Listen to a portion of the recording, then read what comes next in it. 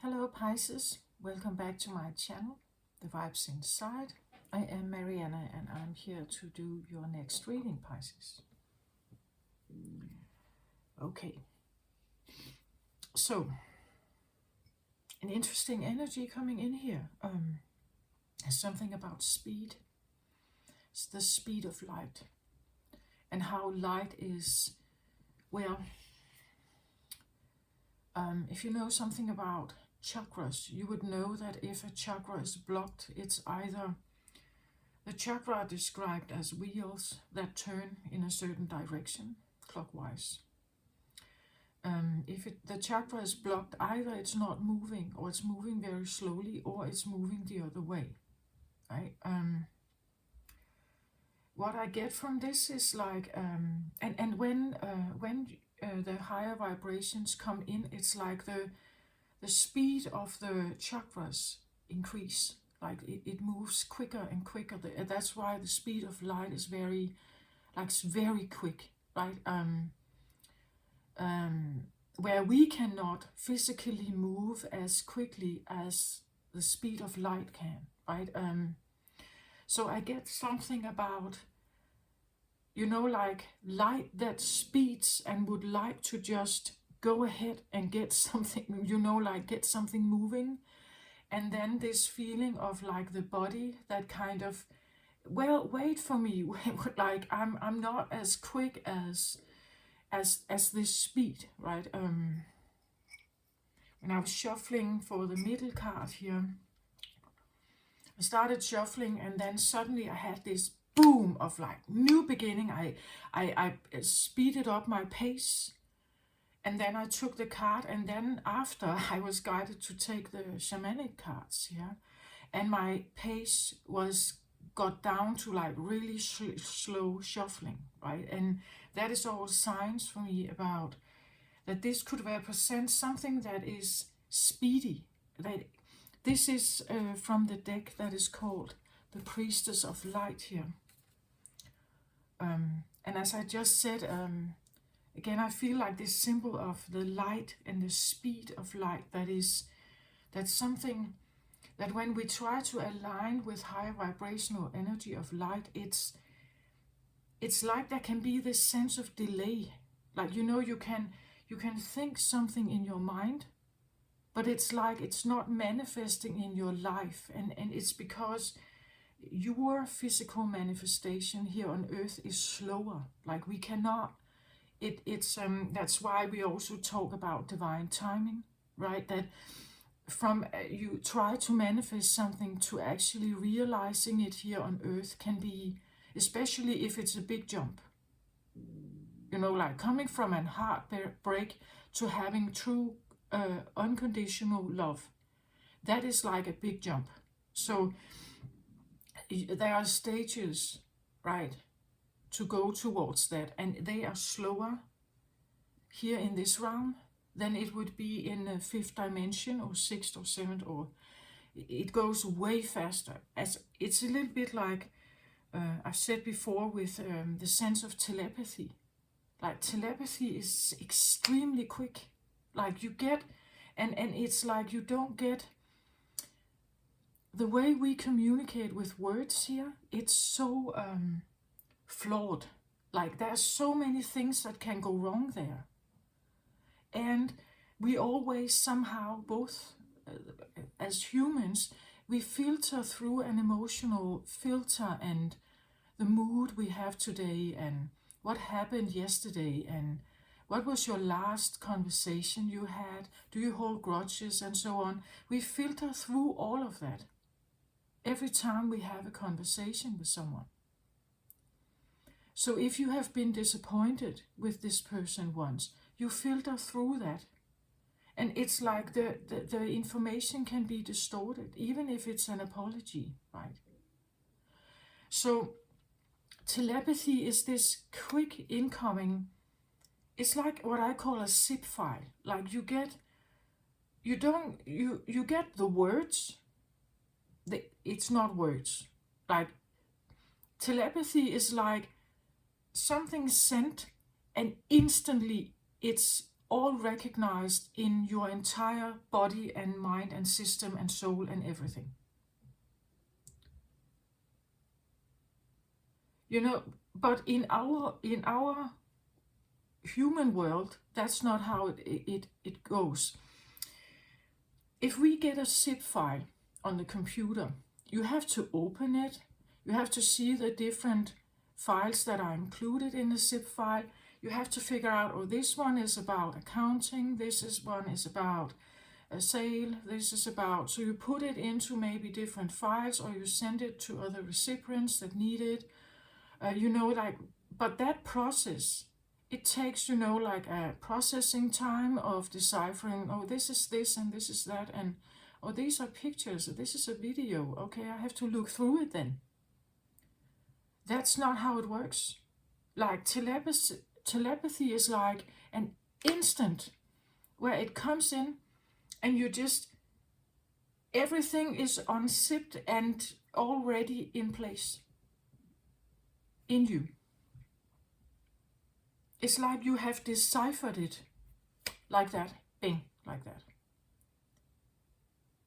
You get the intentions, the words, if there are words, but energy, the energy frequency. You get intentions. Again, intention is an energetic frequency. Telepathy is energy, nothing else. But the best way I can describe it is like receiving a zip file with all the information you need. There is no reason to doubt it. Like, it's all there. But that's not how we work, right? We work with a past. Like, we interpret through past experiences. But telepathy doesn't work like that. And that's why it takes usually an open heart, or a somewhat open heart, right? Because otherwise it won't even come in. If you have a closed off heart, you can't, like, telepathy don't work. You need to trust and all this stuff. You need to have this like open and trusting conversation with, if we talk about spirit here, then you need that, or light, right? You need to have that. Otherwise, you can't have the communication. And as I said, the light wants to communicate very quickly. And using telepathy is one of them. Like, it's the quickest, like, speediest form of information. But when we interpret it, it's like, and I'm pointing at this because I feel like this is the body. Like, this is the body, right? This represents our body in some way, that it's slower, it's earthy, it's in form. It is it had, like, this manifestation of our body and our emotions and everything is slower to integrate light. It takes a while, right?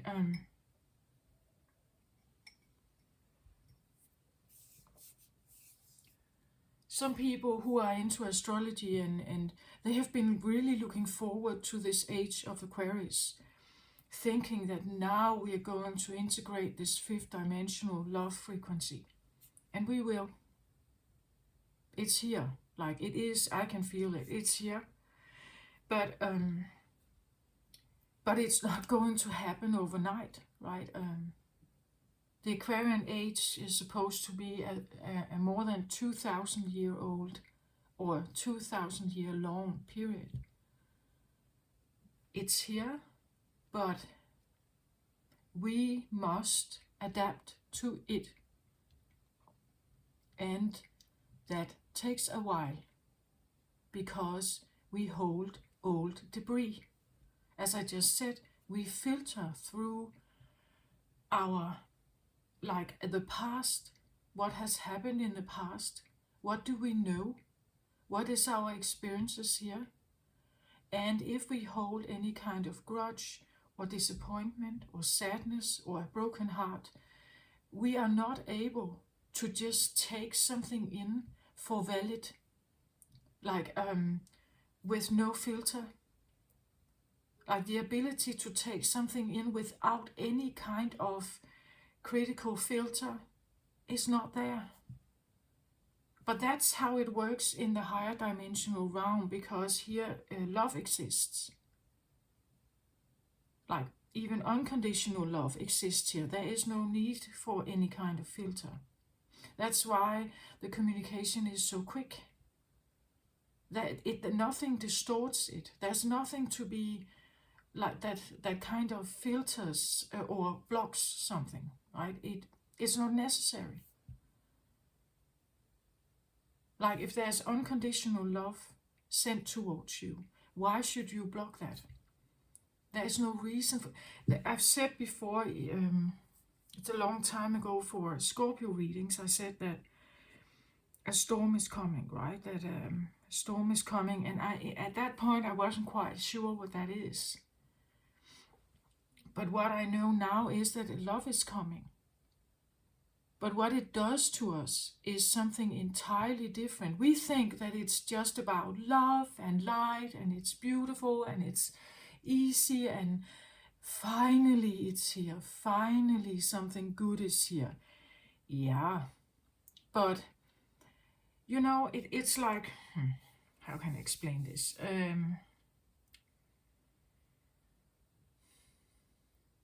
If you have a chocolate pudding,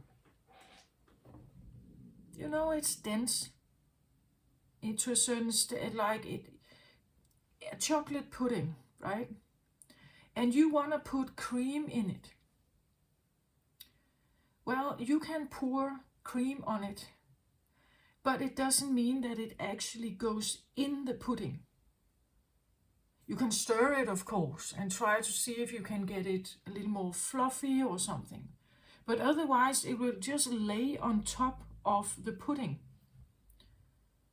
To get it mixed with the pudding means that the pudding somehow needs the ability to have, let's say, holes, or it has to change maybe its texture so that the cream can actually kind of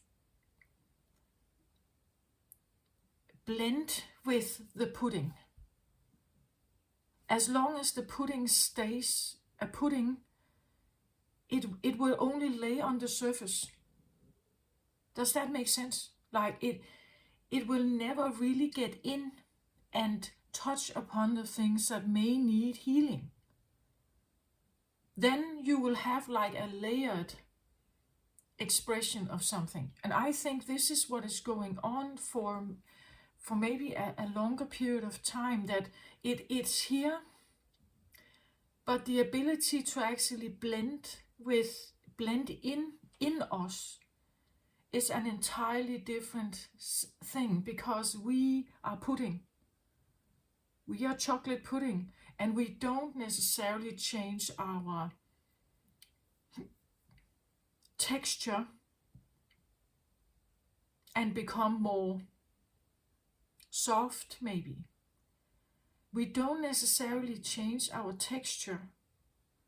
We stay the pudding, right? We stay that form. The pudding needs to become much more fluid, or less dense, you could say. Then the cream can kind of sip in, you know. In other words, we need to allow ourselves to become more receptive, or become more feminine or more soft. And if that is not happening, it just lays on top of everything. As I said, I can feel it's here. Taking it in is an entirely different thing.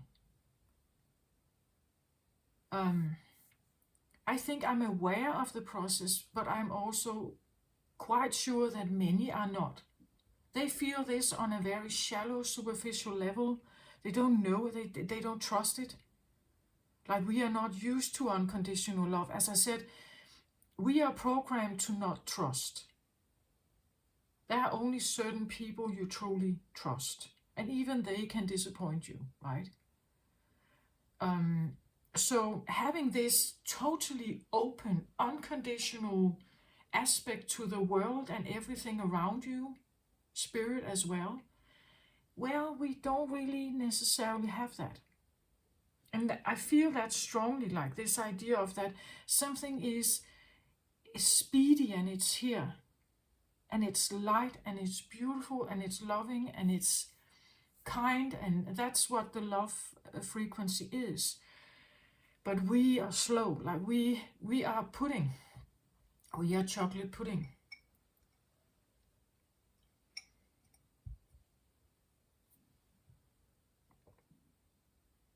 Does that make sense? There's another thing about this is that I talked a lot about that in the Scorpio reading. You can have a look at that if you want to. I talked about things that, like the non-form, something that is not in form, like spirit or God or Jesus or that feeling.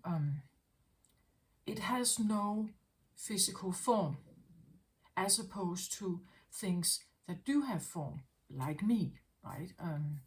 I have a form, and then there's something that is not form. And in the non-form, there's something to be found in the non-form. But it's something we all have to realize. And some will not, like they will go their own direction. They will not look at this. They will not know. And some will. They can feel it, right? They can feel a draw towards something.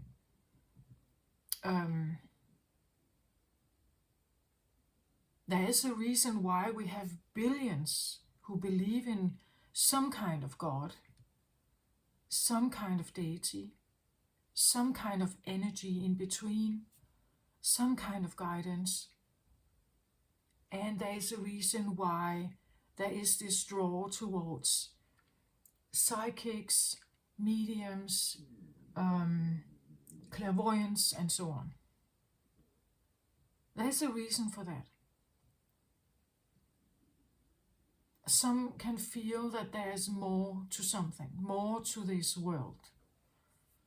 And some are totally ignorant of it.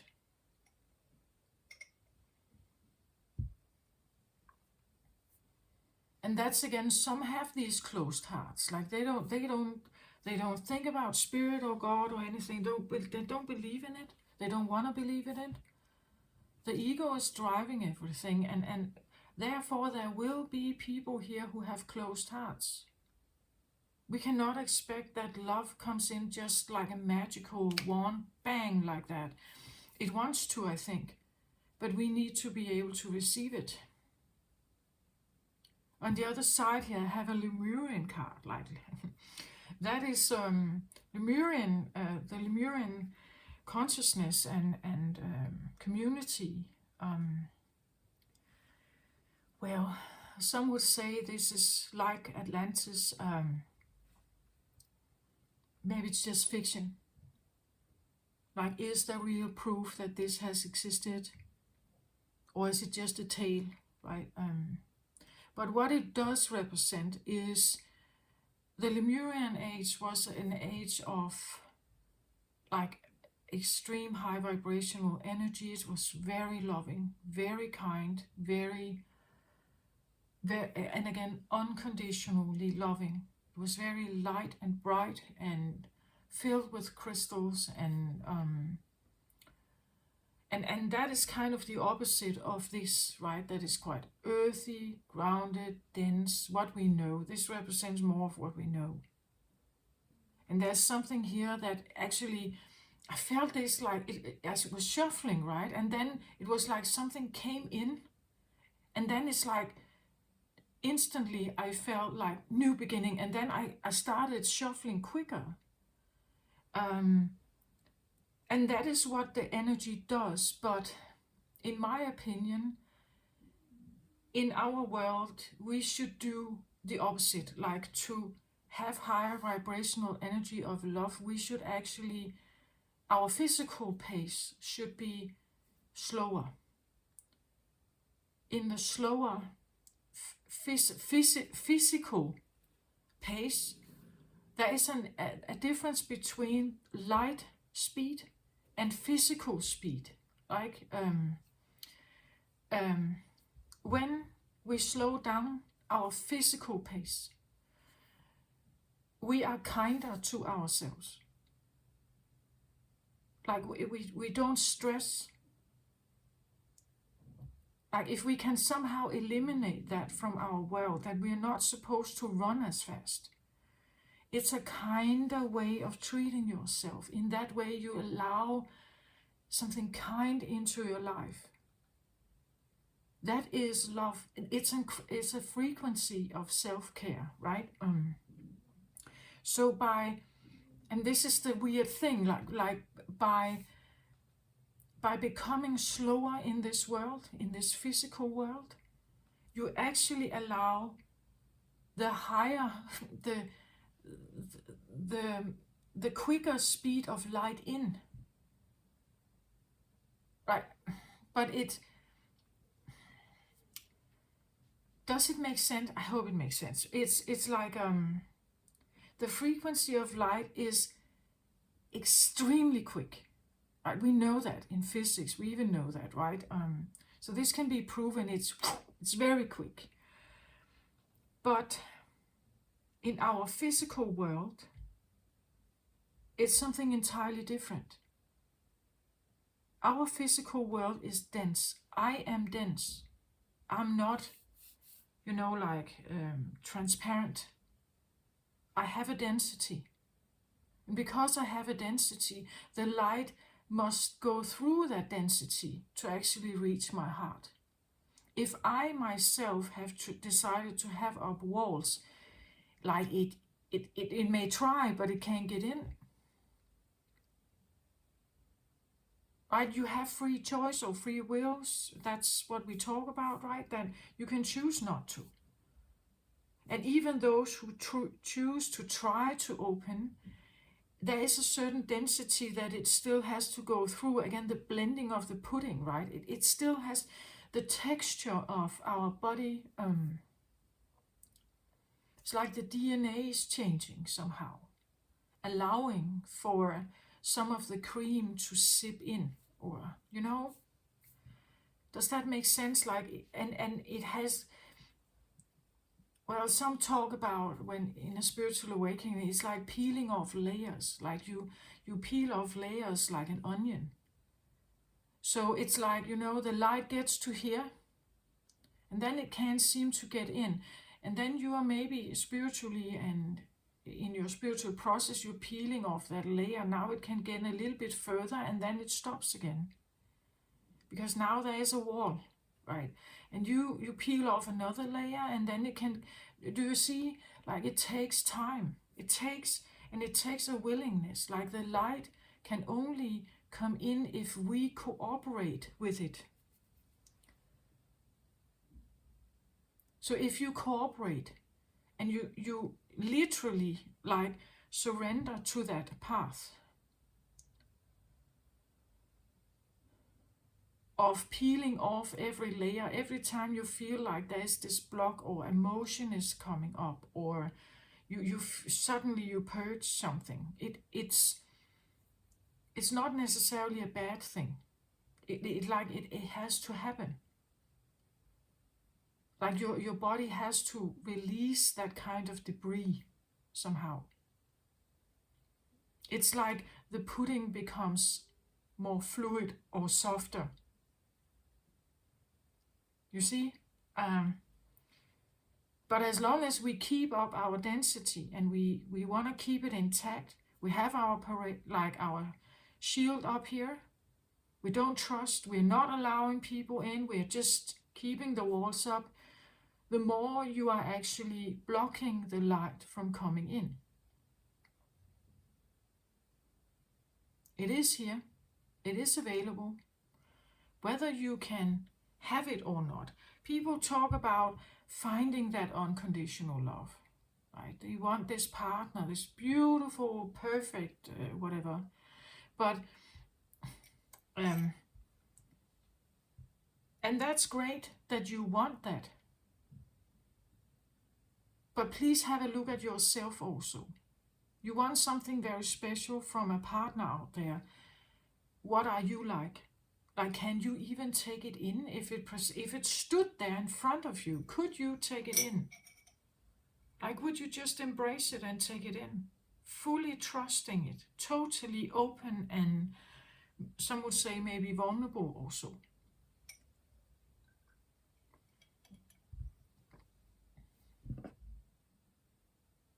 Like, that is, it's because we say it, like we talk with the girlfriends and the boyfriends and or whatever, and we talk about it, right? We talk about all this that we would like to have.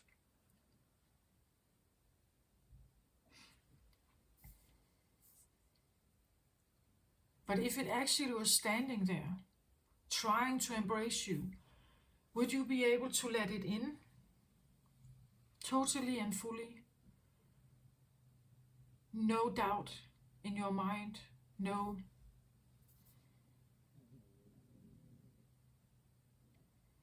I think if you stood in front of true unconditional love, you would actually open your arms.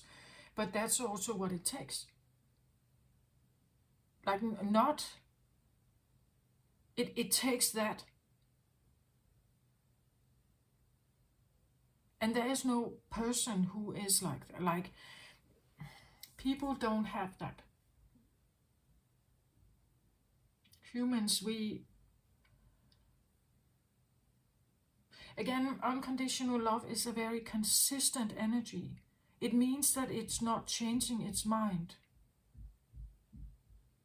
Like, if it constantly vibes unconditional love towards you, it's not, it doesn't have a bad day. It doesn't get sick. It doesn't leave you, all the things that we fear, right? That's an unconditional love vibe towards you is something steady. It stays. It keeps going. It keeps providing. It keeps giving. It keeps, and there's no human like that. Like, we don't have, at some point, maybe we get tired. At some point, we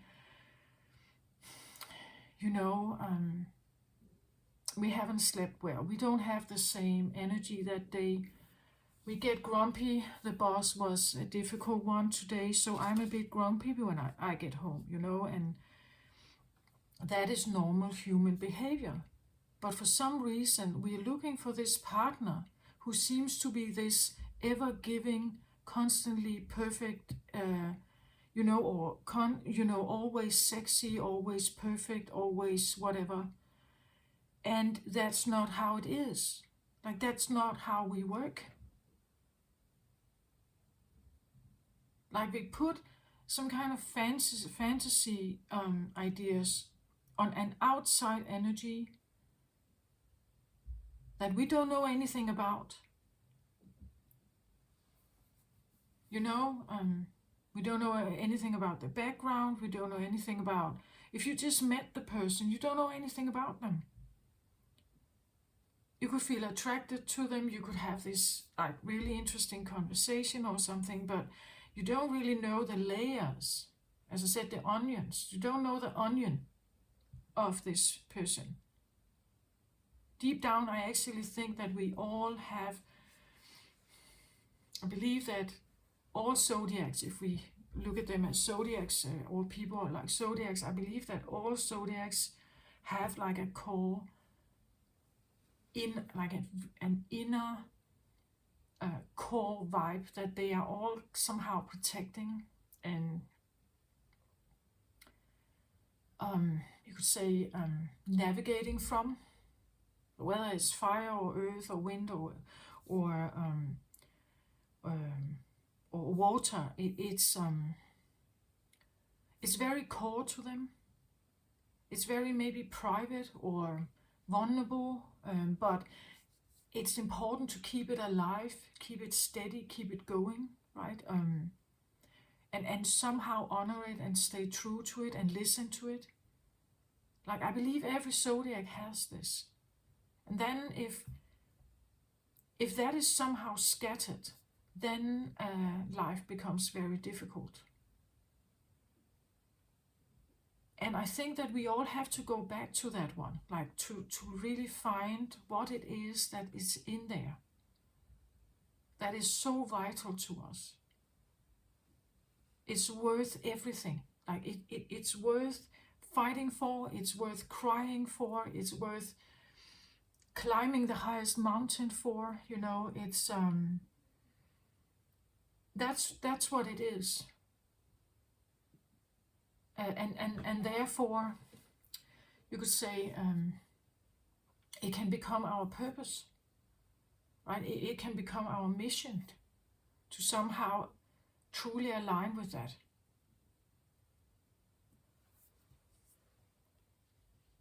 And again, you can have the speed of light about something. I said this before, you can have, like, constantly every day we can shift our focus in our mind. Our mind is very quick. But the body, you know, you can think about a diet. I am going to start a diet. You can already see I have to buy these vegetables, and you have all this enthusiasm about it, right? And you start this diet. But it takes a while before the body actually maybe adjusts to this, and you know, maybe you have cravings. You get this response that doesn't align with the first thoughts you had. The first thoughts was this idea of losing some weight and being, okay, I'm going to do this. I commit myself to this, so now I'm going to do this. And that is the entire idea, that our brain prefers that when it thinks about something, then it instantly happens. And that's not how it works. We know that with everything. You want a new job. It doesn't mean that it's there. Like, you want a new job? Okay, you start applying for new jobs. Maybe you will find one in a few weeks, maybe in a half year, you know? Maybe it's not, you know, just coming, this perfect job.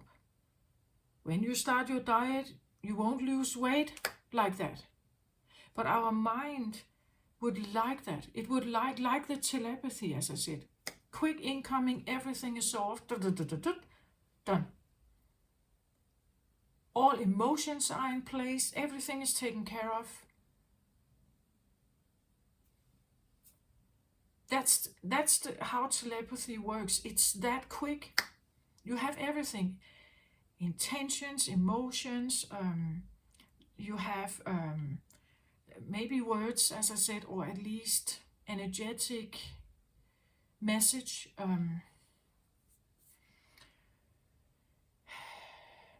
The theme, and it's clear, like it's a clear-cut message. It's honest, it's that there's no doubt about anything. But if you have doubt in your heart, of course you will interpret through the doubt. And when you get intuitive downloads, your heart may say, I don't, or your mind or your body will have a response that says, I'm not quite sure about this. You, like, Spirit, do you really want me to go in this direction? But that's not how it works here on Earth, right? Like, if I go there, I will not be safe, or if I quit my job, then, well, that is not, you know, we interpret through the things we have experienced and what we have learned. So getting from a point of this kind of existence to a totally open, trusting. Think about that for a moment. If Earth was like that, like if every living being here was like that, every human, every animal, every little plant, every little frog, you know, think about that for a moment. If everything was open like that, there was no need for lying, manipulating, There was no need to be evil or disappoint or lie or... And that is a bit like how it was in the Lemurian time, right? It was that. It was like that. Those who lived there, they lived like that. Try to imagine that for a moment. And then you feel how you have your own boundaries, right? Like that is an utopia. It's a fantasy land. It doesn't exist, right? That's how we feel. And I feel like that's exactly what the light is saying to us. Sorry. Feel your boundaries. Me just saying that, you know, like creating that kind of like collective community where everyone is quickly, like with a telepathic communication, quickly and honestly and lovingly just helping. And you know, it's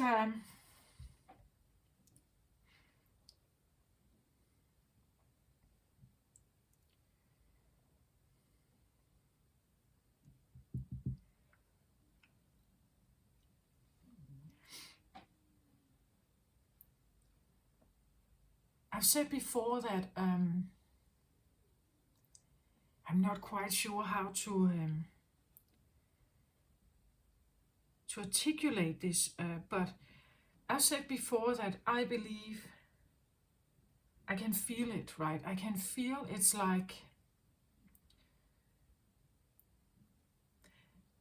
well, when you look at people that talk about the light, that talk about God, that talk about awakenings and healing and things like that, it's like they all talk with a similar voice.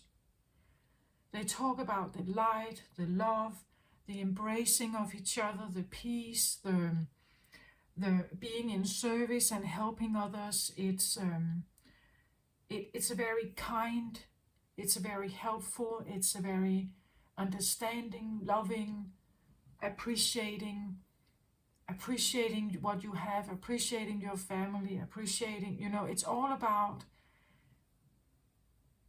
actually loving unconditionally. That, like, you know, like that's what it feels like. That it's like there is a message that seems like it has similar vibe to it.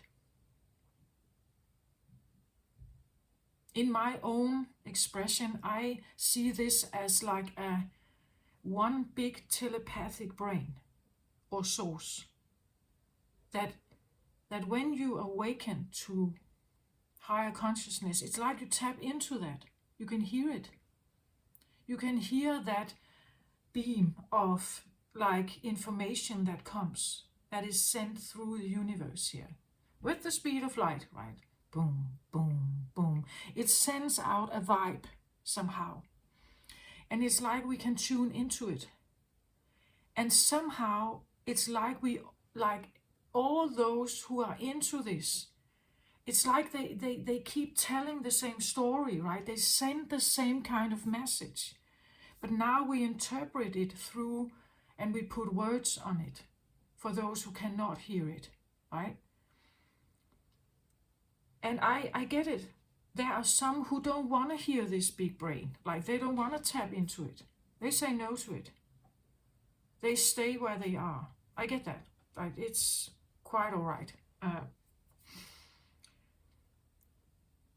But you see, I see that as, you could say, source or God or whatever. I see it as one like telepathic brain that keeps just sending out a message through the speed of light here to us. But it's only if you are able to hear it, of course, that you will pick it up. And if you pick it up, it means that, okay, there's so much more to life than what I thought. And now I go out there and I want to just love the world. And it's great to have that approach. But there will be people out there who don't get you. There will be people who don't understand and will work against you. Like they will not like what you are trying to do because it's unfamiliar and it's doing something to them. Again, it like the blocked heart that they have, the mistrust and everything will be much more when someone comes towards you. But I just love you, right?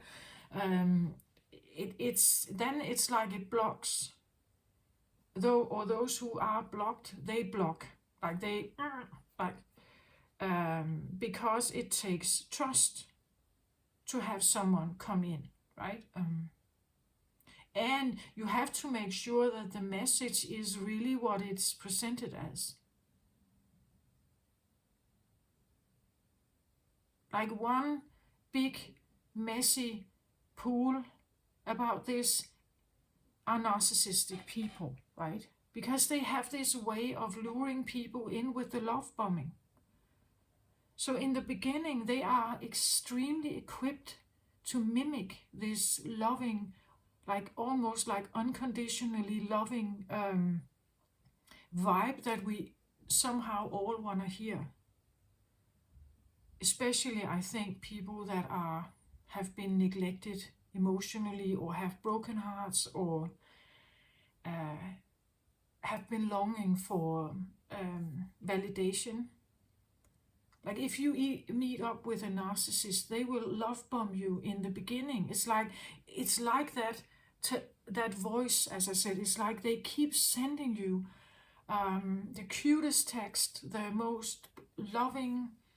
They call you, they put attention on you, they pay gifts, they take you to places, they take you to vacation, they overshower you with all this love feeling.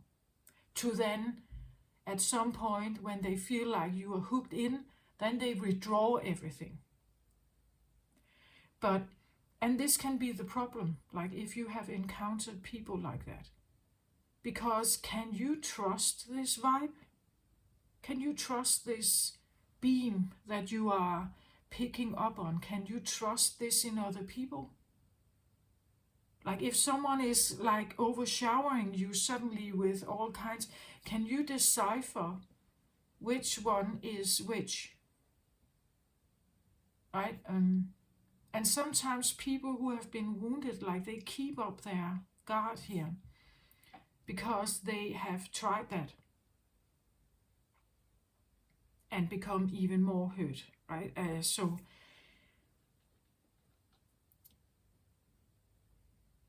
Yeah.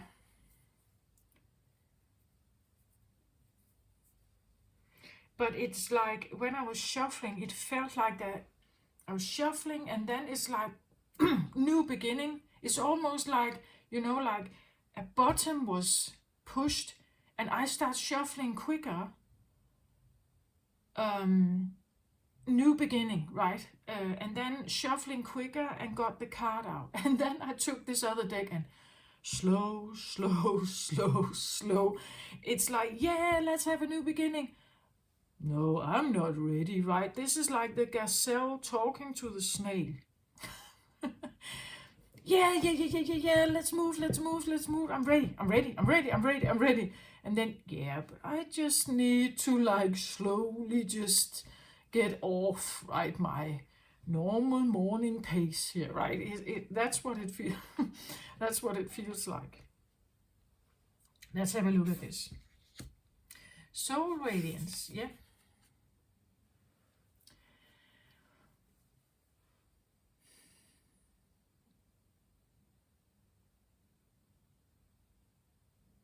It's a soul radiance.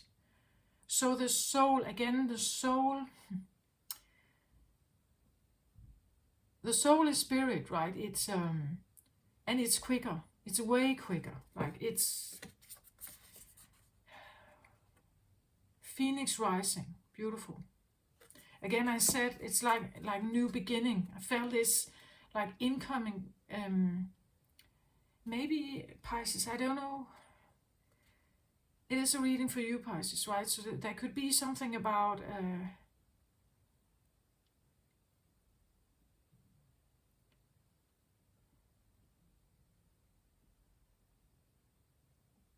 there could be something about like this feeling of like a shift somehow. And you're very, very sensitive to energy, right, Pisces? So you will know this. Either it resonates or it won't. Like, you know, like you go about your day, or you do your normal spiritual practice if you have one.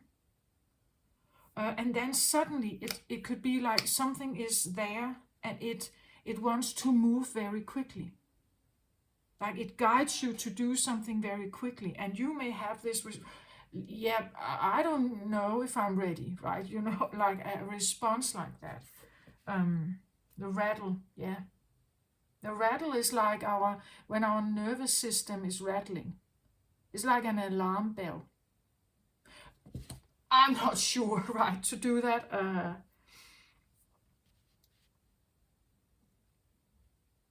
I believe the rattle can also talk about,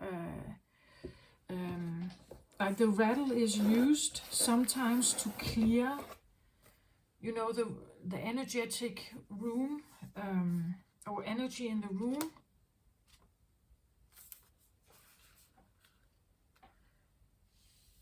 The rattle is the spirit caller carrying the shaman's prayer to the 4 directions. The body of the rattle is like the earth spinning on its axis.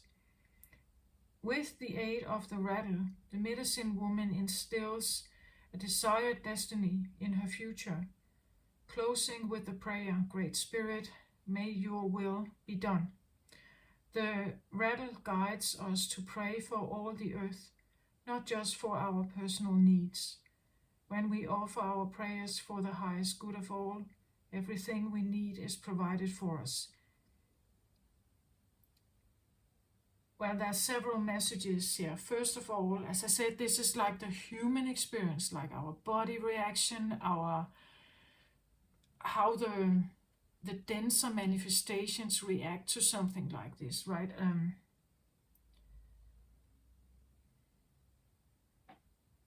Have a look at your...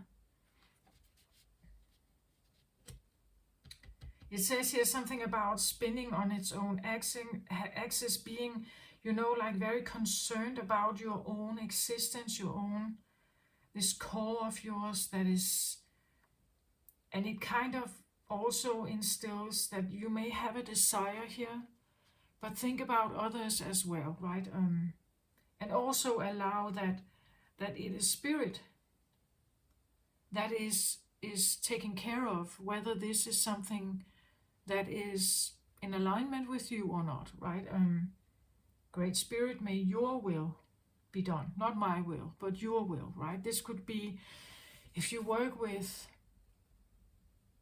you know, God or something, like allowing, or as I said, surrender to a process, surrender to the divine timing of something, surrender to the rising of the phoenix here. As I said, maybe you want in your mind's eye a new beginning. Like maybe you want a soul phoenix rising here. And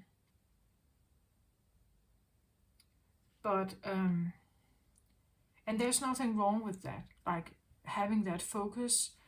Just know that in the physical realm, it may take a while. In the physical realm, unconditional love is not here. In the physical realm, telepathy is only partially here, and for maybe only few people. I find myself sometimes having some of this, but not all the time.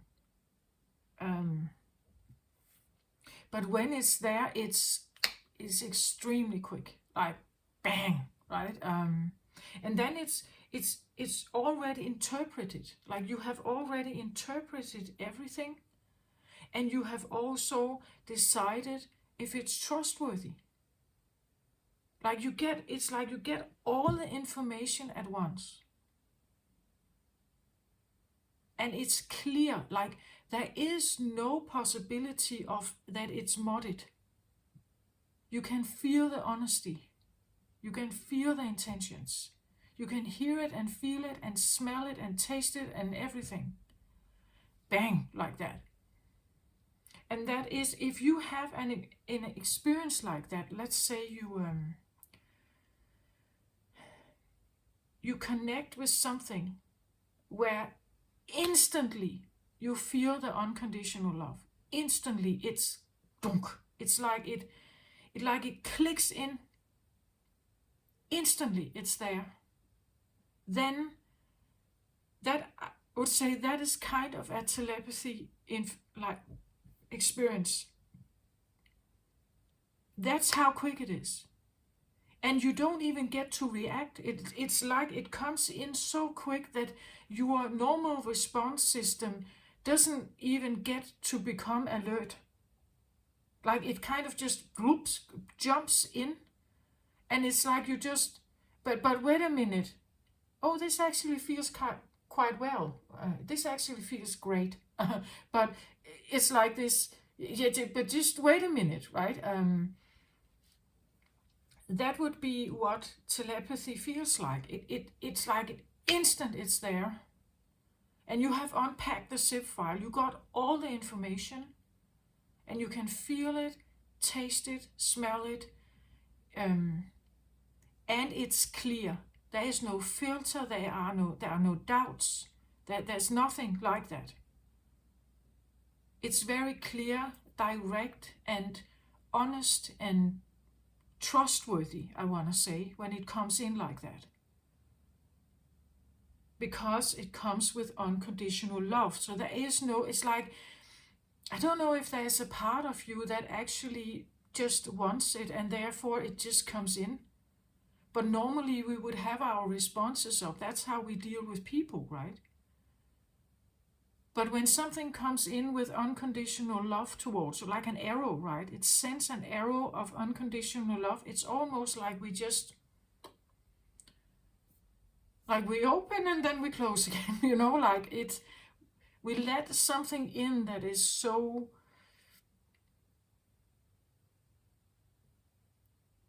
beautiful, right? It's almost like we can't not do it. That would be against our, our core. Yeah, that's interesting. It's like, you're the bullseye that is looking for unconditional love. And when the right arrow comes, it's like we cannot not let it in. Like if you can instantly feel that this is, and with like the telepathy, if you can instantly feel that it's real, it's like, I think that, or at least in my own opinion, I think that I just open and then I close again. I let it in and then I close again, to the normal outside world, because if I've always called for it, the core in us is looking for that. The core in us looks for unconditional love. Always. And then we build these layers of protection when we realize we will not have it, or it will only partially be there. But when if it comes, it's like there is a recognition, I feel like.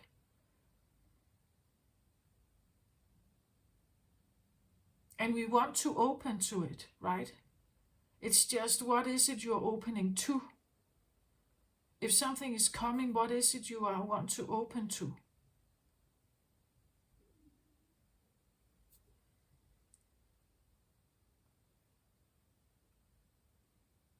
But if it comes in almost like you don't even get to decide whether you want to open or not. then I believe it's because it's very high vibration, it's very speedy. You don't even get to see it. Like you don't even get to, like feel it.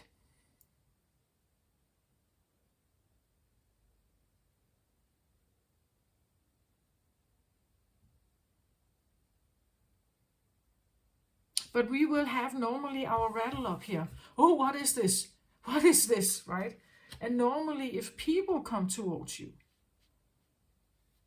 and they express things like, I love you forever, I will always be there with you, um, I can't live without you, and they do, you have only known them for a few weeks, I would probably, like a human being, I would probably be a bit, and that, because that seems like the love bombing, right?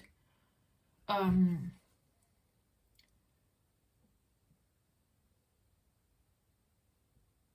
so it if it comes in very quickly here, I don't even think you get to react. Like it's, if it comes from a person, you get to react. Like that's where your rattle comes up here. Like the alarm bells. Like you just wait a minute, wait a minute, wait a minute, right?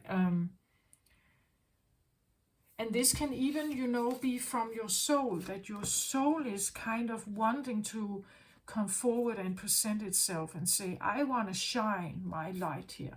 And you're just kind of, yeah, but I'm not quite sure people will understand this. I'm not quite sure that they, that they will accept me rising here, or that they will appreciate me rising. It's interesting how she shows up here with, if you look at the Aquarius reading, I had a woman in like a white dress with black hair featured in that reading as well. It feels a little bit like a continuance of her here. And it was like she had been imprisoned, like she had been kept hidden somehow. And to get her out is a challenge. And now it's like she stands here and radiates, right? Radiates that soul radiance. But somehow there could be this feeling that this, I can't just show up like this. If I show up like this, like that, in this world we live in, well, maybe we need to be a bit on guard here. And then there's this other message of the rattle that talks about this thinking about others, right? Praying for others.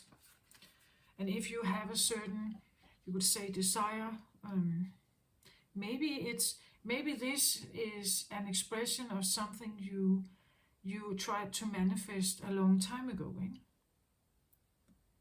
Maybe you did that. Maybe you said, I have a desire to be able to express myself freely here, right? To show exactly who I am, or to rise from something here. But I allow you, Great Spirit, right? So this could be my desire, my destiny, but I allow you, Great Spirit. May your will be done, right? So if Spirit or God or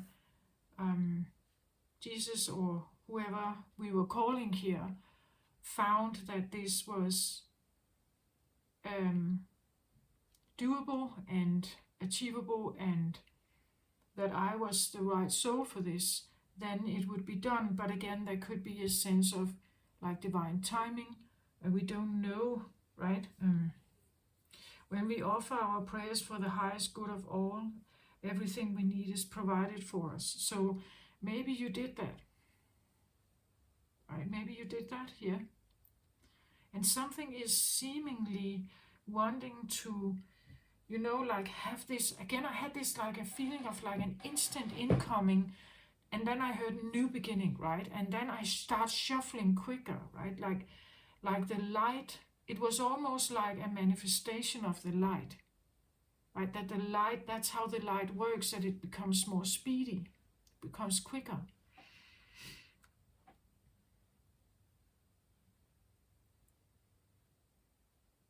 The rattle comes to invite you to work with the tool of spirit, but be careful. They are very sharp and can hurt you and others if they are not used mindfully.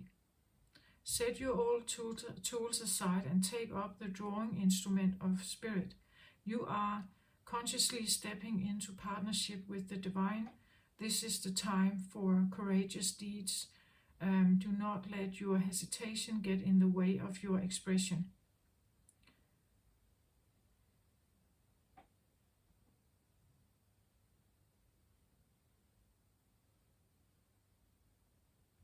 Somehow I get the feeling that it's, again, they're very sharp and can hurt you and others if they are not used mindfully. And here again, I feel like it's for the highest good of everyone.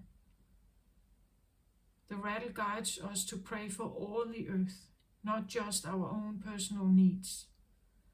When we off, and that's the mindfulness, right? That if it's only about our own personal healing, then it becomes more of an egoic approach. I get it. I get why we can get to that point. I have been sitting there for quite a long time myself. I'm trying to be, you know, like that it's, and that's also why I do these readings. Like it's supposed to be, the point is that healing one can be great, healing many can be much more. And then you're also not alone, right? You're not the only one who sits with some kind of knowledge or something, or I don't know, some kind of experience. That's why I don't have any money related things to my channel, because actually I don't care. If what I do can somehow help someone to figure something out in their own life, that's the whole point of it. Like, again, what does it help to, like, me sitting with some kind of realization here, if I'm the only one, right? Whatever that is here. If I'm the only one, it should be shared, right? It should be,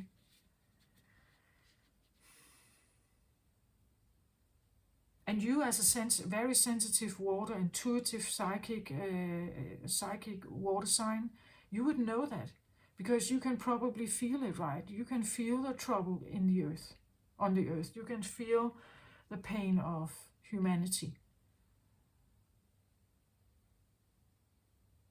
Like, that's what I feel like. It doesn't really matter that, of course, it's nice if I feel better, but I would prefer that many more did, right? I would prefer that many more did. That many more like could come out of this blocked, you know, mistrusting, and alarm bells feeling into a more open and trusting and maybe spiritual. I don't know, it depends on what people want, but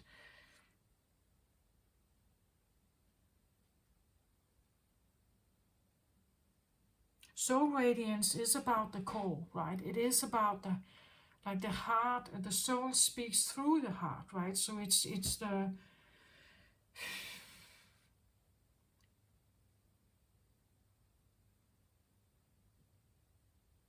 it's an honest and very honest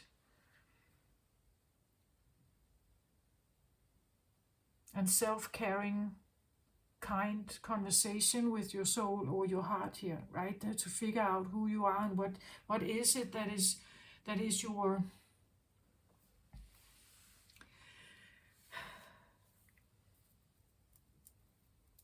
like I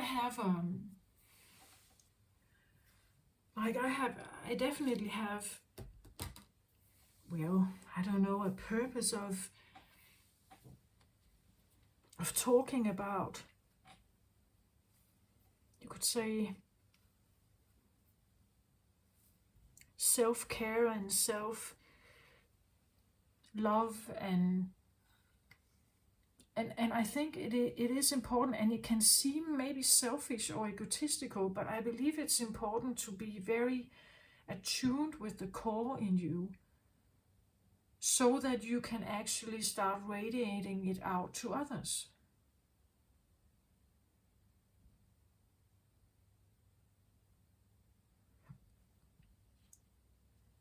Right? Otherwise it won't be authentic, right? It won't be like owning that inner state of being is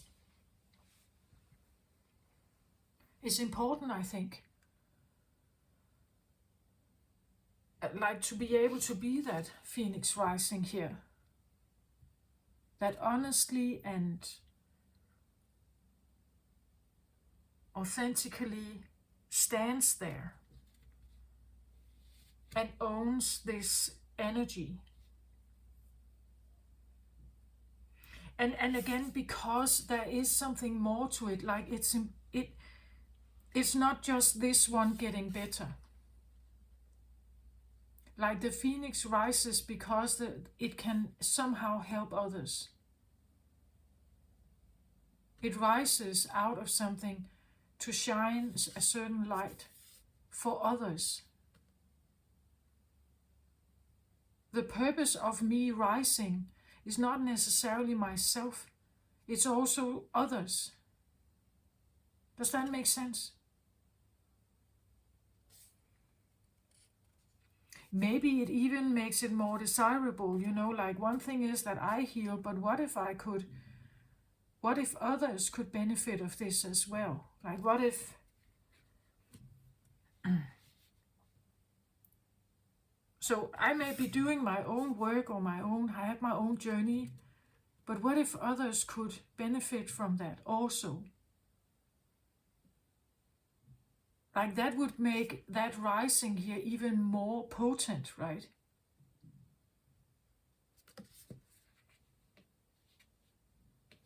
And as many people who are in spiritual cycles, they talk about being of service to the world, being of service to humanity.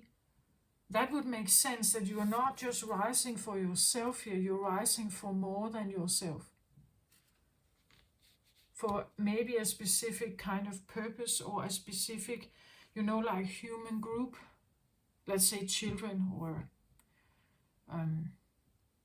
like that you have a certain, like, direction that, like rising like this is, yeah, it's of course great that you have that. And I applaud you. This is not easy to achieve, right? It's not easy to achieve. So when you stand there, of course, you should be very, very proud of yourself and happy. But it, like again, when someone rises and shines like that, it's interesting how it comes across when you look at if you look at the Aquarius reading. The card depicts a woman standing. It looks a little bit like she's standing on a stage. She has a bluish environment around her, but seemingly she is alone. She stands there. She just holds a corn plant, and she's actually looking a little bit downward. Like it's like, and I said it was like freeing her from a prison, right? It's like she's standing on that stage, but not feeling quite comfortable about it maybe. Here she's owning it. right? Here she owns it. It's a bit like, have you seen those America Got Talent or something? And you get this young girl on the scene who just stands there, and she's maybe a bit shy or not knowing exactly, it's a bit uncomfortable, it's new to her, she's never been on such a big stage, and there are judges and audience and everything. And then, it's like sometimes you can get really, like, surprised, right? Because when they actually start singing, then you suddenly see this, right? It's like they come in and are maybe, shy and a bit intimidated and nervous, and things like that. And then it's like when they start singing, that now you see this, like then this is what they actually are. And sometimes the judges are like blown away, right? Because they didn't see that coming, right? They didn't, like they just saw this tiny little girl here, like 15 years old, coming in, and then they start singing, and they have this amazing rock voice, right? Or some whatever that is. But they start emanating something that comes like from that core place. And then they become this. And that's what I feel like from the Aquarius reading to now Pisces, sometimes I feel like I have this continued kind of process moving through all the zodiac, the zodiacs when I read, that this is like coming to the final of something, where in the Aquarius reading she was just, she was getting on the scene for the first time. She's a bit intimidated, and where she has this corn plant to offer, right? But she's not sure exactly how this works, and maybe also unsure about if she really has what it takes. You can have a look at that Aquarius reading. It was something about when she was imprisoned, she felt like she had nothing to offer, like she had nothing of value to offer, right? And now she was standing on this scene with the white dress and the long brown hair, and she had this like this corn plant to offer. So she was standing there, but and somehow it, like the corn plant, in this reading, I feel like it represents that you offer something to the spirit, right? You feel like you have something to offer. What you are offering could be your service. Like what you are willing to offer has to do with your service. It has to do with you being in service, stepping into that service. And to do that, it means that you have to trust the divine. Like you have to trust that wherever they take you, there is a reason for that. Even if you think like, I don't understand, what am I supposed to do here, right? Just trust that, well, there is probably a reason why you're here. There's something that you're supposed to be able to radiate here.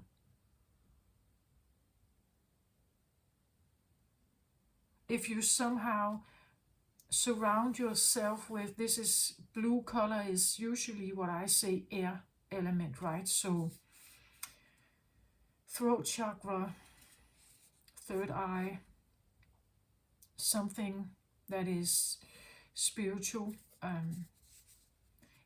Throat chakra has, for me, for a long time also been something about identity. So how do you identify? Do you identify as a victim? Like, it's difficult to be able to shine like this if you feel like a victim.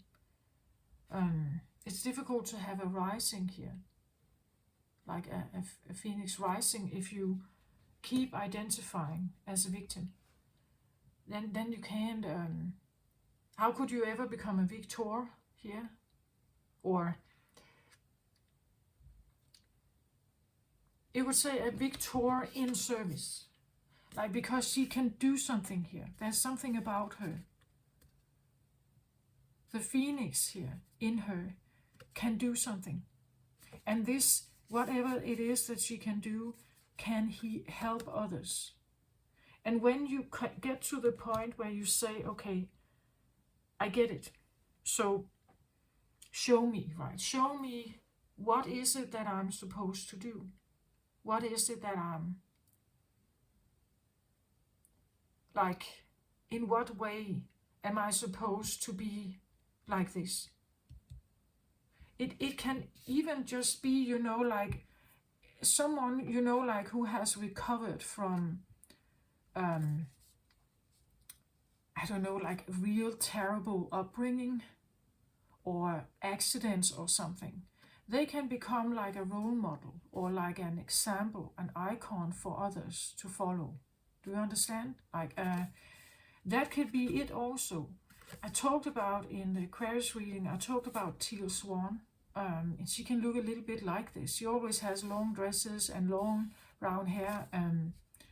It's a bit like that, right? That, and I know Teal Swan. I'm not sure I can remember her full story, but I know that she has definitely been going through, I believe, like a lot of sexual abuse. But she has kind of, like risen from some of this. And is now showing that she could stay as that kind of rape victim or something, but she decided that there's much more to me, right? So now she is this example, right, that it's possible to rise from something, even use that trauma as an inspiration to rise, right? Or even having, like the inspiration that if I stay this victim, like people that are victims of sexual abuse or rape or something, they need an icon, right? They need someone who has been there. Like, they need someone to be something they can try to identify with instead of their current situation. That if she could do that, maybe I can too, right? That kind of feeling. Then you become an inspiration for others. Then you become, and the way she is going to talk here will talk directly to their hearts. Like, that's the ability she has, right? She will talk directly to those hearts. Because she knows exactly what this is, right? She knows exactly what this feels like. And her way of dealing with this in her life now is totally different, right? And she has gotten to that place because of certain things. And in that way, she can become a sense of a therapist, or, like a sense of a guide somehow.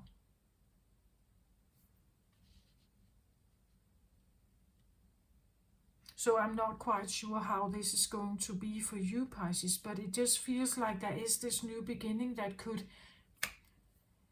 when I was shuffling, right, it's like it just shifted, like something shifted in the midst of the shuffling. It's like, bang, then I started to shuffle and I heard this new beginning, new beginning, new beginning, right? Like, and that's the point. It's like, when has the the Phoenix risen? Like, I believe there is, like there is a point where the Phoenix starts. And I believe there is a saying that the Phoenix starts and is thrown back. And then it starts again and it's thrown back. And it starts again and it's thrown back. And every time it gets a little bit, it always starts from the bottom, the root chakra, towards the crown chakra. So it starts in the lower chakras and it is thrown back and forth here. And if it keeps, it gets higher up, it gets higher up, it gets higher up. And it's like, when has it risen? Well, it has risen when it gets to a certain point. Then it has risen. Right? Actually, I feel like this can be a choice. Like you can choose that you have risen. Like when do you know if you have risen? Like you have gotten, you're done? When do you know when you're done? You know, there can be something about like completing a rising here. Because if you complete it, you are actually risen. You're done. But you know, when you have decided not to be finished, you are still in a process of healing. You're not done yet. You're still a victim. But this means, and you know, like there is something about, I said that in some of the other readings, something about, you know, having fear of success. Like actually getting it done, like actually getting to this end point where now you stand here and shine like this, you know, because it means that now people will see. Now people will see this. You know, like the young singer on the stage. It's like I'm going in here, but I'm nervous, right? Because I don't know if I'm risen. I don't know if maybe I'm still uncomfortable with the idea of being done. That I have done this. I've come to this point. And you are the final zodiac, Pisces, right? So of course it must be you, right? That like the final step can actually be quite emotional, maybe. One of the final steps can be quite emotional. For owning that you are this. That this is you, and you have done it. Like you have come to the end, and it's almost like, as I said, the instant incoming new beginning. It could be something about a decision. Like you have to decide, I have risen. I am the phoenix rising. I'm done. Because when you do that, you are sending a signal to the universe that I'm ready for the next thing. And the next thing is that you're not a victim. Do you get the point of this shift? Like from one stage into something else. But it can, as long as you keep being the phoenix that tries to rise, you keep trying to be in a process where you think you're not done. Like you think you're still, you know, like I'm not ready, so I'm still doing this. I keep myself occupied with the idea that there's still something to solve, there's still something to do, and I'm still preparing, I'm still getting myself in, you know, ready. Maybe a bit like the gazelle and the snail, right? But I'm slowly and surely getting there. But I'm still, you know, like I'm not quite there yet. But if you decide that you have risen, if you decide, I am the phoenix rising, I am done, I can stand here like this and speak about what it is that I want to speak about honestly. And you know, like that's one of the things about the icons, right? But we can't have icons that fall to the ground and cry all the time, right? We need someone who has done this. They have somehow overcome their trouble. And when they have overcome their trouble, they can talk about it without, you know, like bursting into tears and something. Then it's not helpful. It's no longer an icon. It's not, then they can't help you, right? So I get like a feeling of that this can be a choice, that you have to choose at some point. I'm not saying it's now, but at some point you need to choose to rise or not. Like, do you stay here and are still, you know, afraid and things, or do you rise here and speak your truth?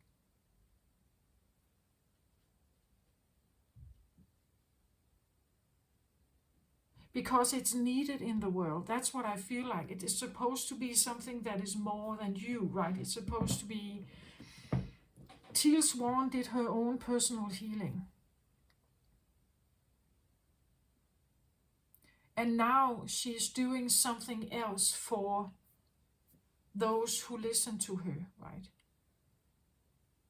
But she also had at some point to decide, okay, I feel I'm ready now. I can go on that stage. But I imagine that when she went on that stage for the first time, it was probably with, you know, like a lump in her throat, and maybe not that confident, maybe not that sure about herself. But then over time she became more and more confident, right? And she brings forth some kind of message, whether you like it or not. I think sometimes she's quite brutally honest in her, and what she says is maybe not what all people want to hear, right? But she's speaking her truth in some sense. Again, she has connected with that core of hers, right? And she's very occupied and concerned with like psychological issues, family dynamics, things like that are... and I have listened to her because I'm somehow on the same path in a sense. But there could be something that I have that she's not talking about, right? So now I'm just doing these tarot readings. I've done them for a very long time.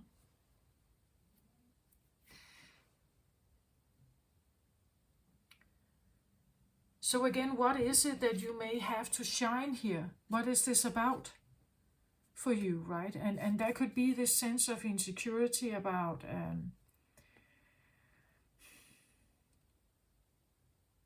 you know, worth and confidence and everything. That if I do actually shine this, what's going to happen? Right? What would happen? Can we get one more card on the soul radiance here, perhaps?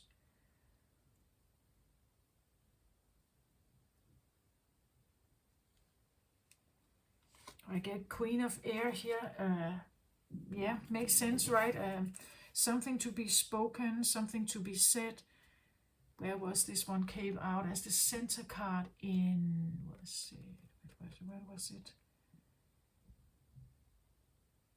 Was it Sagittarius, maybe? Sagittarius reading?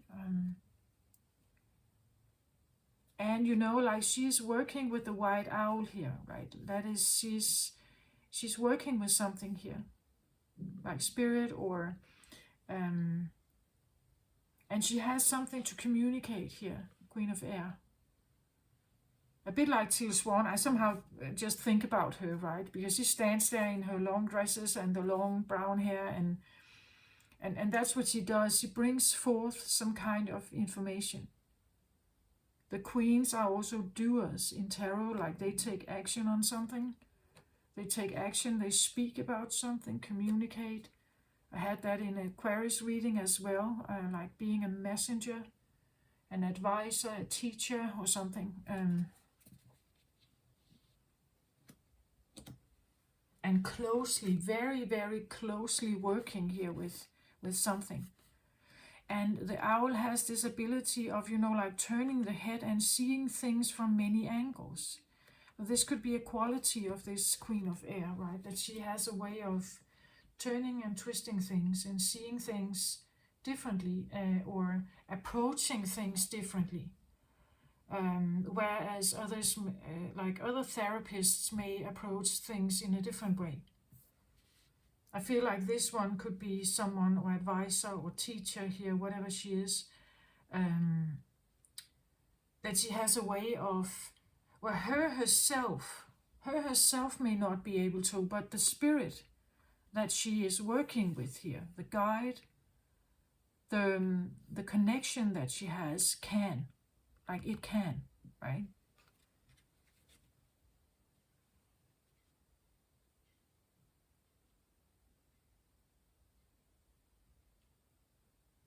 The Queen of Air could be a sense of, I see the major arcanas here of, or the court cards.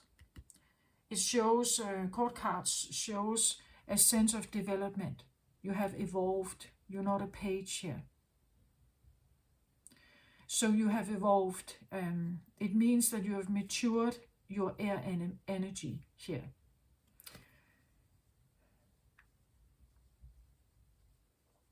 Somehow I still get, even though Queen of Air can sometimes be a bit brutally hard, I get also, and I get the same thing with like Teal Swan here. Like, she may say things in a pretty sharp way, but underneath it all, behind her voice, there's a big heart. Like, there's such a big heart for healing, like for the pain humanity is in. Like, she really sees that. So somehow I get like a sense of motherly sharpness here. Like there's a reason, some of the things she says, there's a reason for that. Like she cares. I feel like she cares. And that's also why it was important to rise, right? There's something about like the willingness to go through all the pain of a phoenix rising and a rebirth is because it's worth it. Like there's something to, let's say, fight for, or it's because it's worth it, right? It has value. It's important. So this is a messenger, right? A messenger energy here, rising to the occasion here. So for you, Pisces, being, sensitive, emotional, like, and very, very good at deciphering when something is, I feel like, safe water or not, right? You're very, very, like, your intuition is utterly sharp, right? So maybe there's something here you can communicate. Again, she can be a writer, right? She can be a teacher. She can be a messenger. She can be a blogger, anything that has to do with communication. Maybe she works with identity, like I said, like again, like a phoenix rising goes through an identity shift. Heals everything that is kind of prohibiting this soul from radiating totally freely and authentically. So there could be something about like working with the authenticity and identity of people right here.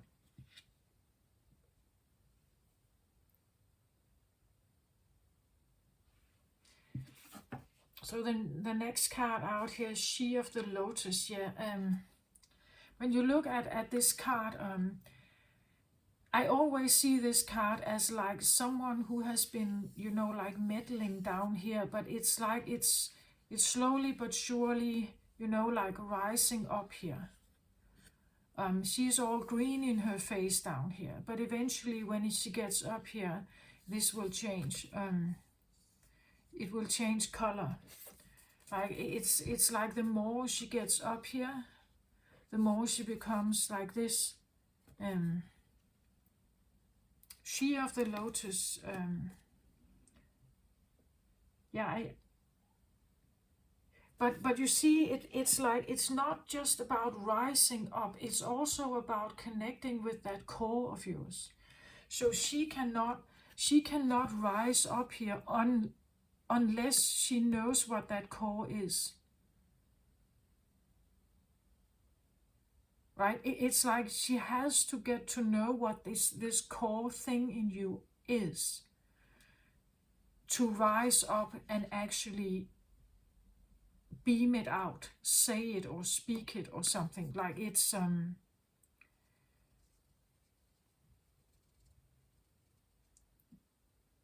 the authenticity comes from within, you could say, right? It's a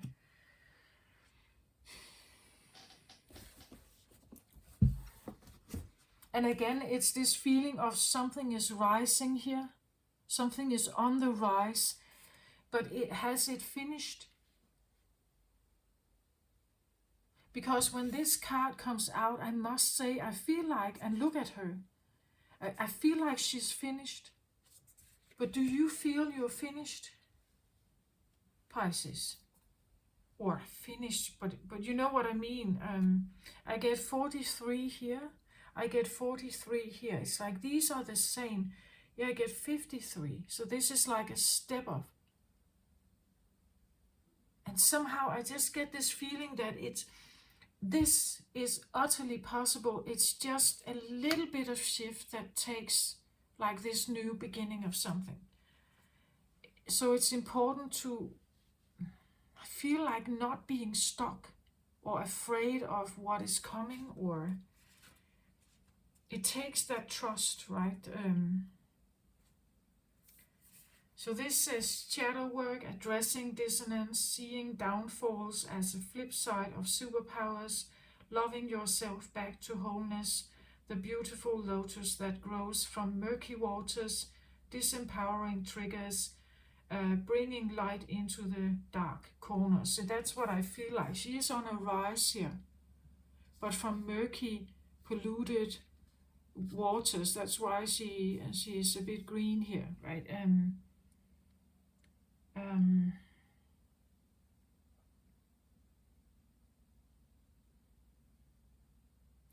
And it all talks about the shadow work and the release of the things that really don't, I want to say that the Phoenix here owns all parts of her, even the things that may not seem like light. She is a human being, right? So it's, again, I've said that before, like humans are, like we have all kinds of things going on. We are not solely just one thing.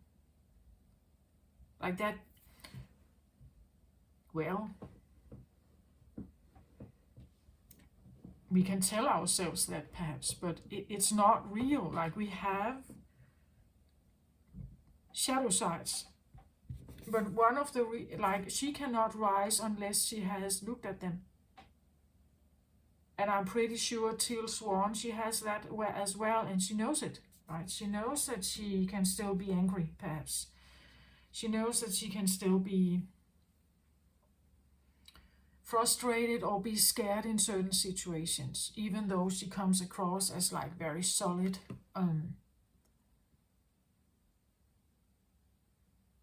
But you know that it's part of the human experience.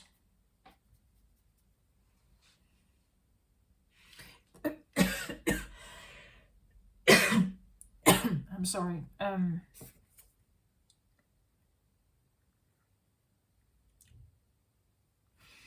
And again, I get this feeling that like the Phoenix rising, maybe it literally comes when you say, okay, I work with you, Spirit. I surrender to this path. I work with you. Show me, guide me, right? Now then something may happen here. But again, you have defense mechanisms, so even if the light wants to come further in, there could be another layer you need to peel off. Just be aware of that, right? That again, our mind can be, you know, can decide or even be seduced to say, yes, of course I want this. This is rational and logically nice. Of course I want that. But your body may have you still these reactions to something. It's slower. So just like take your time with this, right? I don't think it can be hurried. Like hurrying it would be in the human world is stressful. Like that would be, you know, almost abusive. It would be forcing yourself to do something, but I don't think that is what Source wants. Coming from a place of unconditional love and appreciation and patience and everything, it's not going to force you. Like if you feel forced about something, it's not loving. It has no respect or acceptance of who you are. Like taking your time with this is quite all right, I think. The point is that for this Phoenix to rising, it has to come from a loving, beautiful place. Authentic, integrated place. Not from something forceful, or there can be a divine timing though on this, I feel like. And some of the divine timing comes with your own blockage, like your own layers, you could say. So when you're ready to peel off the next layer, when you are ready, not when Spirit wants you to, like when you are ready to peel off that next layer and trust a little bit more, then you get closer to this. And I feel like you are quite close here to something. It's just, there can still be a bit here. And I actually also feel like there could be like an invitation to actively say yes to the rise, like to the connection with something here, to the connection with working with Spirit. The rattle said that as well, something about working with Spirit. So you put out desires that could, you know, like be for the world. And then you say, Great Spirit, may your will be done. And we do that because humbly, we know that we don't know everything. We are not this giant telepathic brain that overlooks everything. We can have like certain qualities of knowing things in the world, but we are not God, right? We don't have that giant overview of everything, and all complicated processes of how to get from A to B. It's not. We can do something. We can only do so much, but we cannot do everything. This is where we need something that is different than what we can do. Like a human can do, as I say, so much, and then we need maybe something else to bring the last bit, right? Of something into manifestation. But there's definitely, you know, like around this, there could be, you know, like a will of wanting to rise here. But then, how, like the will of rising can be, you know, you just want your own personal success. You want to be a superstar. And then there is, but is there more to it? Like, what if you could be a superstar and actually help others go through their own stuff here?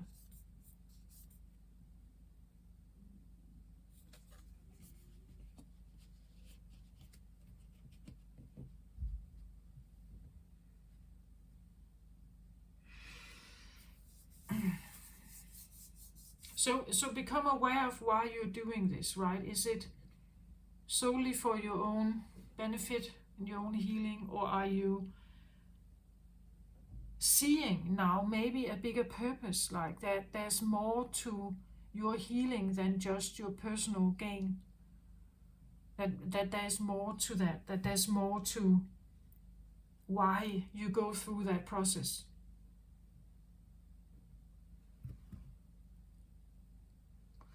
I was guided to take another card, but I it's like I should put it, a bit away from like the other cards here. And it wanted, I should put it here with my transparent kind of little angel here. So let's have a look at this, what this is.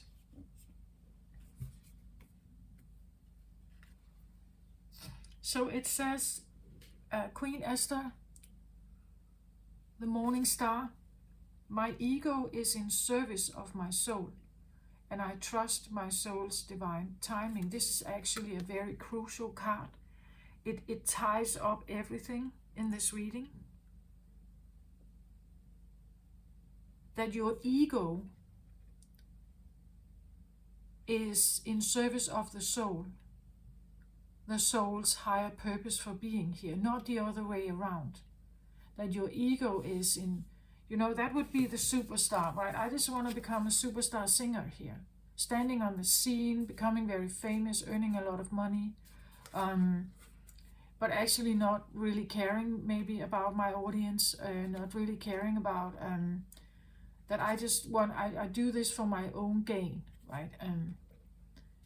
Where this would be, but if you see it like the other way around, that if you stand on this scene and you do something particular here, it's not really for yourself.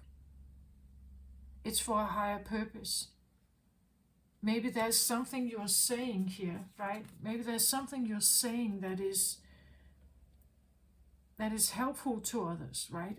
It could be healing or helpful or encouraging, like maybe it installs hope, or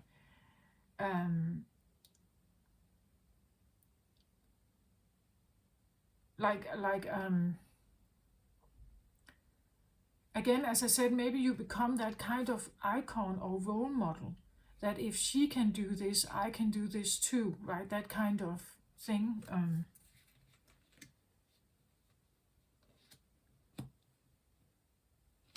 We could even say, like if people go through their own process, it's nice to have like a mentor or a guide or someone to look up to or someone to lean upon. It's almost like she leans in to this owl, or the owl leans into her, right? Like they are very closely like connected and very trusting with each other, right?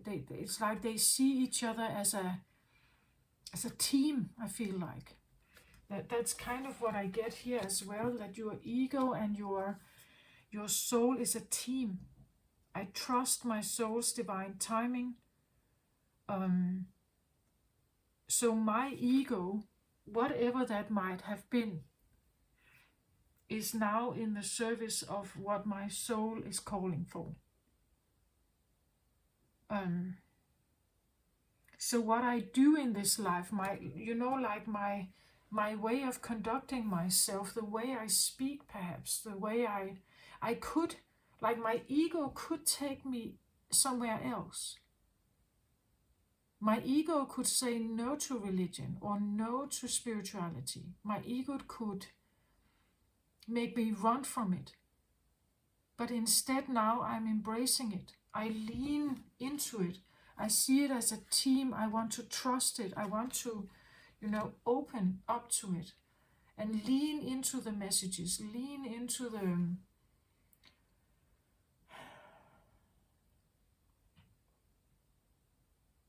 it could even be something like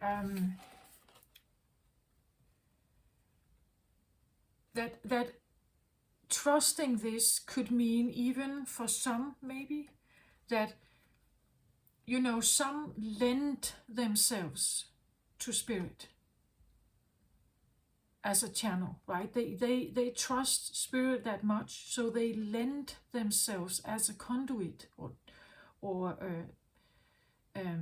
channel somehow for spirit. If you know the channel where I can't. I know he's called Lee something. Has been channeling Cryon. Cryon is like a spirit from he says I'm Cryon from magnetic service. So he represents some kind of energetic field. And then he comes with some kind of message, but this is channeled through Lee something. So Lee is, you know, the human that trusts Cryon to speak through him. So he makes himself available and says, okay, you can speak through me. And then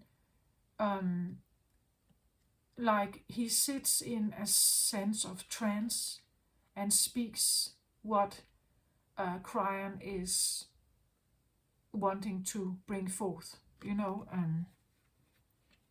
That's a different kind of trust, right? That you allow something to work through you somehow in that way. Mediums do that. Healers do that. But you still have to trust what it is that you... But again, I get this feeling that if it comes from a place of unconditional love, it's like there's no doubt. Like there's no doubt that this is... It clicks right in.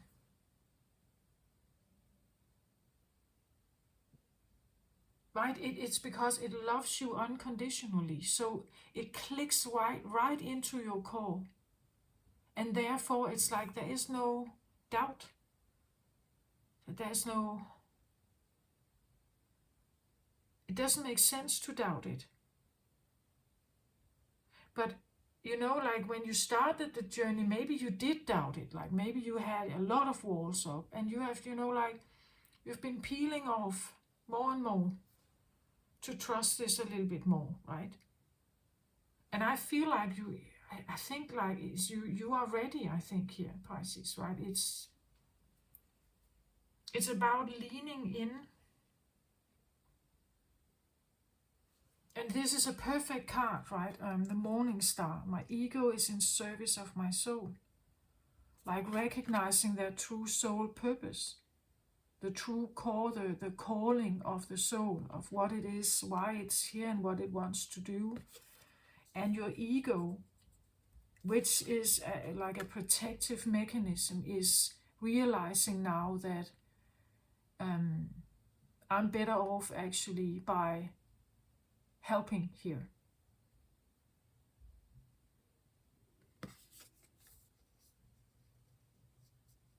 And like hearing the guidance, right? So I am the morning. The morning star is like a rise, right? A phoenix rising, you would say, like a sunrise. It's like a morning star. It's like a new star.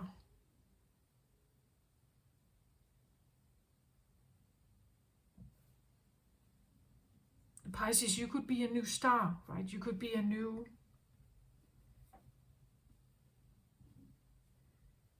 As I said, like a new... Yeah, a star, but like an icon, or a role model, or...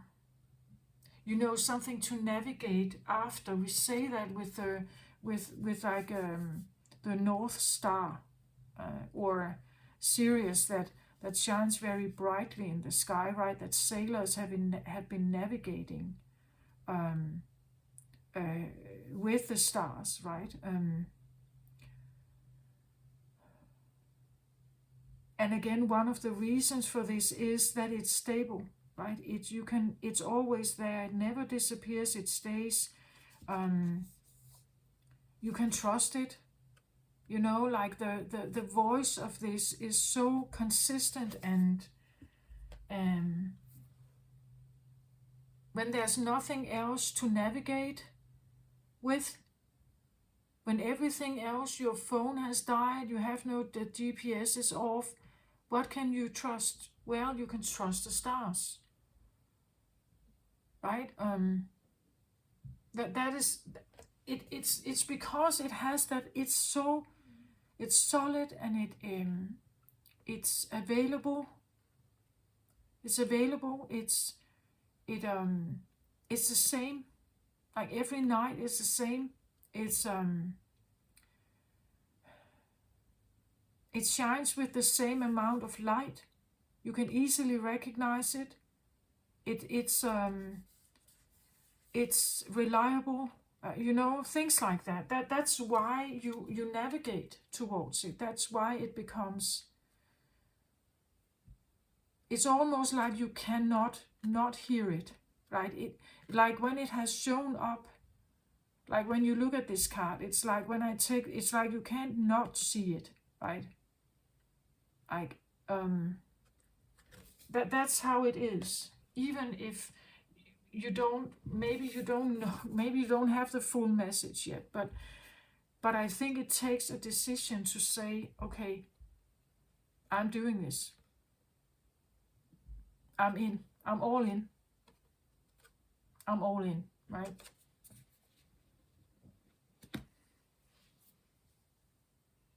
And yes, there could be alarm clocks saying, but where is this taking me?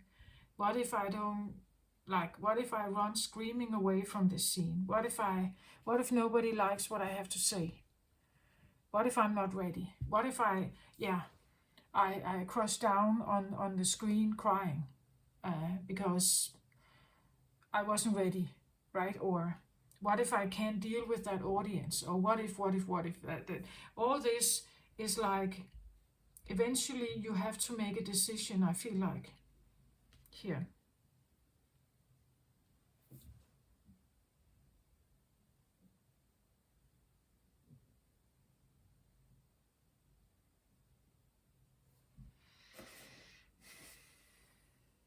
Yeah, look at this, like another card here on the soul radiance. I get the council here. Like the council it's the same thing. Like the council is like the owl here that you lean in with. The council is like the ancient ones, the guides, the angels. It represents the higher realm, your higher self, your soul perhaps here. It represents, again, look at him. It's like that's how I see him. When I look at him, I get information from him, even though he has closed eyes and his mouth is not moving. That's how it works. Maybe that's why I talk so much about telepathy, and he holds his hand here. Like just holding over your hand, you can send a message like that, right?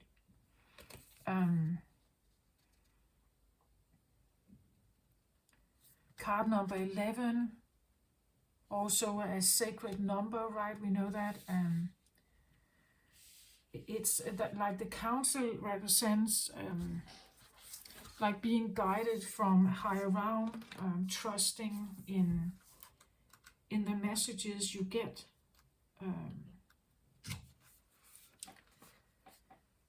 The council are the luminous beings who hold the collective wisdom of humanity. They are the ones before whom you will do your life review when you cross into the world of spirit. A life review is when we place our good and our bad deeds on the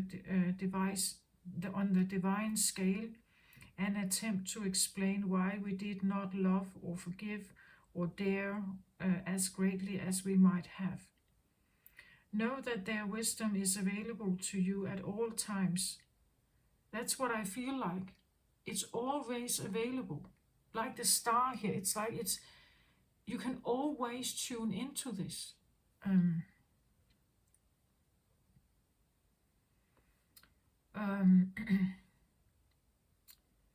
Know that their wisdom is available to you at all times when you live in a state of yes and in in an unconditional relationship with life. They remind you of your place around a sacred fire, which has been reserved for you since the beginning of time. You will claim it when you own your inner wisdom. The council has a message for you. Listen to your inner senses. The handwriting is already on the wall, so look about you and you will discern its meaning. Do not wait for further signs. Embark on the journey to love deeply, forgive sincerely, and dare gently and greatly. Take the leap without requiring life to assure you of success. You are never alone. Time to turn to the council to find the guidance you seek, and listen to the voice that arises spontaneously. Turn a deaf ear to that nagging voice from your ego that tells you that you are not up for the task before you. Create a spiritual feast for the council. Invite them to your altar every time you meditate or pray. Yeah, that's what I feel like. There is something here that your work that is available, and you can really lean into that, right? You can offer them something, a feast, food, snacks, maybe a glass of red wine, I don't know.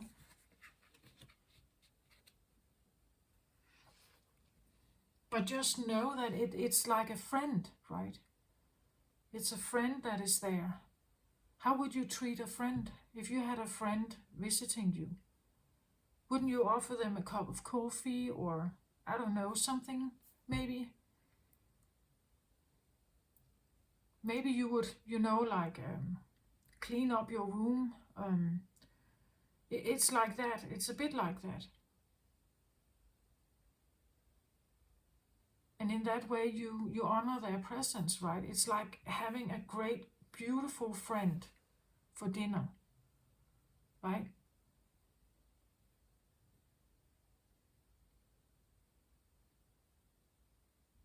And somehow I feel like it's almost like these are, the shadow work is important, of course. And the alarm bells, well, you will have them, but there's so much more to be gained by this, I feel like.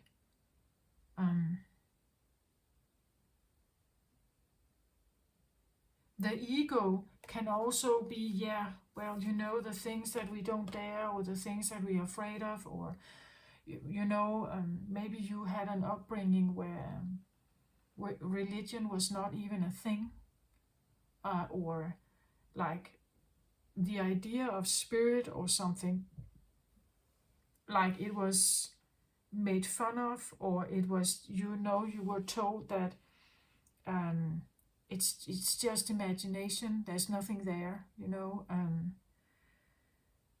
so all the beliefs you have, they're part of the layer, they're part of the onion that you peel off, and it's all things you say goodbye to, right? When you peel off one layer, it could be anything that has to do with prejudice, maybe your fears about something, and so on. But the more and more you take some of this away, the more you may realize that it's not that dangerous. It's actually kind. It's a friend, right? But for some reason, I believe many that are very psychic, like for some reason, sometimes it disappears, right? Because life demands things of us. I said in the beginning something like, if you slow down your pace, you become less stressed. You're kinder to yourself. And it means that you're actually connecting more with a love vibe. So what happens, do you think, when you do the opposite? When you speed up your life, everything is about like the most quickest, efficient way of doing something, you may stress more. right? You may become, if you stress a lot, you could have sleepless nights. It's not a caring vibe to be in. You get further and further away from a love vibe, right? A self-caring vibe. Actually, you get further and further away from it. And therefore, it becomes even more difficult to tune in on this.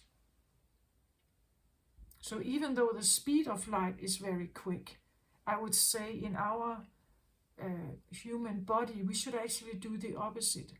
We should learn how to slow down to take better care of ourselves, especially as sensitive water signs here, right?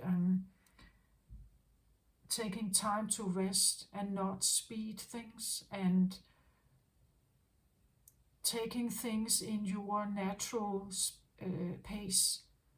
Even though it seems slow to others, what you're doing is actually you are allowing more light in. And when you start, running and becoming, doing all kinds of things very quickly, it becomes stressful. And then it's like you turn your awareness away from a more self-caring vibe. I think that most healing starts from a self point. It's like the core of us is threatened so much that we have to do something. Sometimes we're knocked over, we get sick or something. But the point is that it starts from that core that now is unstable. And then the healing starts, right? The healing starts from that point. Or it's calling us home to figure out what it is. Teal Swan actually said something in one of her videos. I've said it in some of the other readings as well. She said, what is your adult self doing now that your inner child cries over? So what situations are you in? What are you doing during the day? What priorities do you have? What speed do you have? That your inner child cries over. And the inner child kind of just represents this inner core you. So in my case, it has helped to slow down, right? That's just my personal experience. I don't know if it's helping for everyone, but I feel like slowing down allows more self-care for me. I felt after a while, I felt that it's like grace came back. Like the feeling of true grace around me came back. I saw things in a different light. It felt different. So the more I was leaning into this, it felt right for me. I'm not saying it's helping for everyone, but maybe it's helpful for some of you, right? Especially when we get too far away from our core. Like then we feel unhappy.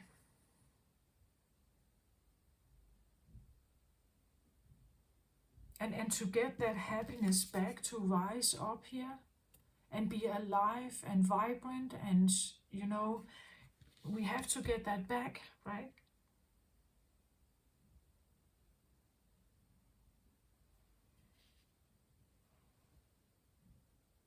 That's what I feel like for you, Pisces.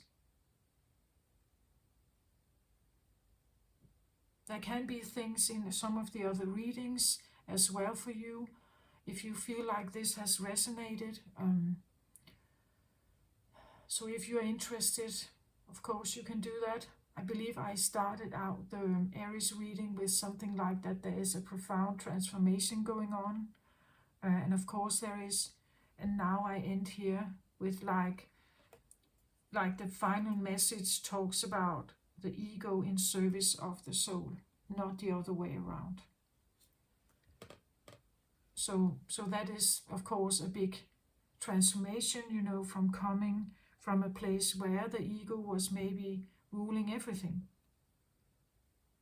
And the soul voice wasn't heard.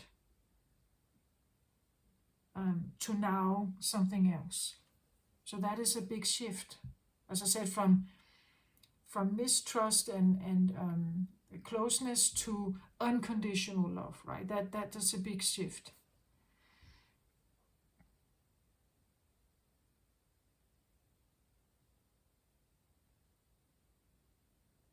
I hope this made sense.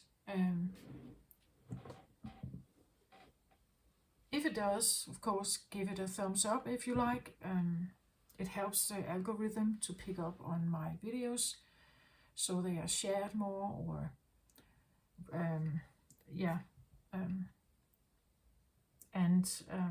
otherwise, of course, comment if you feel like there's something here.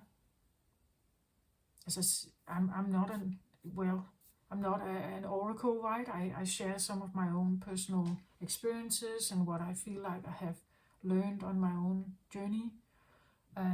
If it's helpful, then it's just great. Like, that's the whole purpose of this.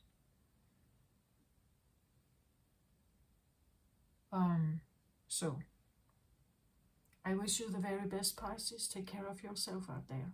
Love and light to you. Bye bye.